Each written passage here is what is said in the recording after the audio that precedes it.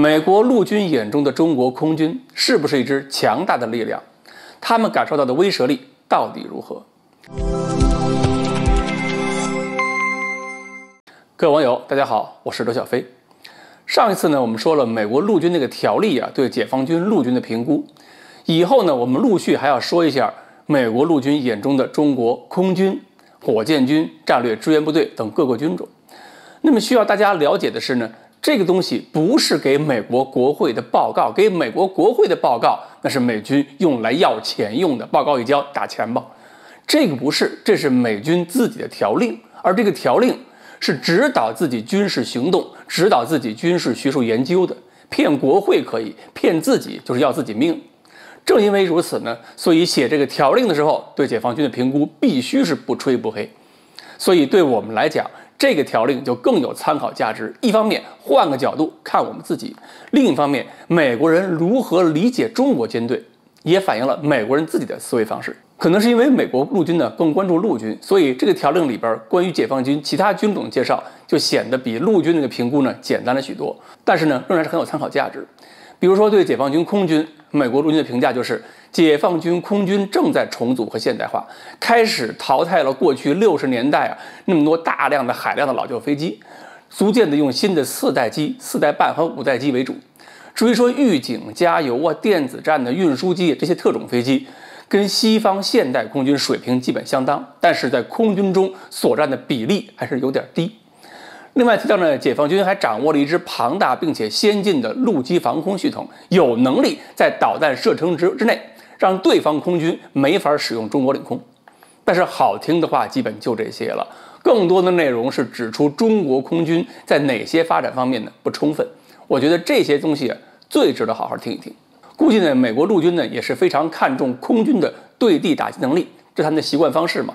所以呢，他们对解放军空军的对地打击能力评价也最多。他们认为解放军空军历史中对空防御、保护领空是最主要的职责，其次才是空袭和战役这段任务。而过去20年，解放军空军的对地攻击基本还是靠飞制老炸弹，白天呢是目视攻击，所以这2个任务打的都是距离自己地面部队比较远的目标，怕误伤。而配合陆军行动进行的近距离空中支援行动就非常少。主要是因为我们以前空地通讯联络能力不足，训练整合不够，能够执行近距离支援的任务呢，多用途飞机呢也不多。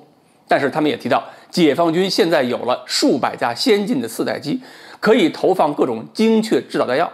同时呢，解放军正在努力完善近距离支援能力，这个呢是解放军合成旅发展成真正合成化部队的关键因素。这一点呢，我觉得说得非常客观，因为咱们陆军部队里边有前线空中管制员这个角色的时间确实是不长。空军进行近距离支援的任务方面，我们也是刚刚起步。你看过去我们解放军怎么说？解放军陆军对空军的评价是：你的任务，第一，不要让敌人飞机打我；第二，你们自己不要打我。所以说这方面的配合确实是短板。而美军认为，中国在这方面正在努力的快速补足，只不过需要更多时间。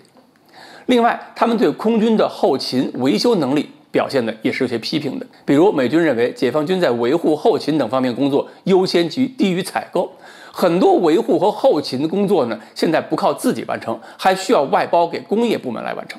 这在未来战争中呢，会显得非常笨拙，缺乏适应能力。比如说，你飞机一转场去别的地方了，你后边的工业部门怎么跟上？